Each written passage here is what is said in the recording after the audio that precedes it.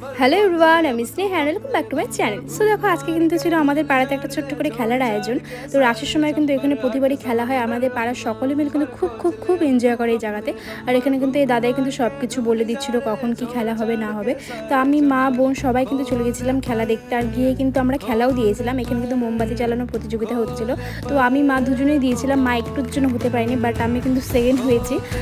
আমি কিন্তু 12টা মোমবাতি জ্বালিয়েছিলাম। দেন তারপরে কিন্তু ছোটোদের জন্য গ্লাস, এই খেলাটা হচ্ছিল গ্লাসের। এখানে কিন্তু আমার বোন খেলছিল, দেখো ও কিন্তু। তারপর কিন্তু এখানে অনেকক্ষণ ছিলাম আমরা, থাকার পরে কিন্তু আর একটা খেলা শুরু হয়ে গেছিলো। দেখো এখানে কিন্তু বেলুন ফুলিয়ে ফুলিয়ে কিন্তু গ্লাসগুলোকে ফেলতে হবে। এই খেলাতে কিন্তু শুধু ছেলেরাই খেলেছিল।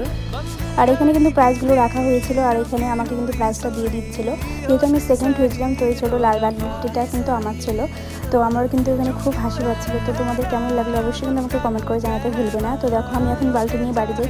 আর তোমরা কিন্তু like, comment, share and subscribe করতে ভুলে না। Thank you so much.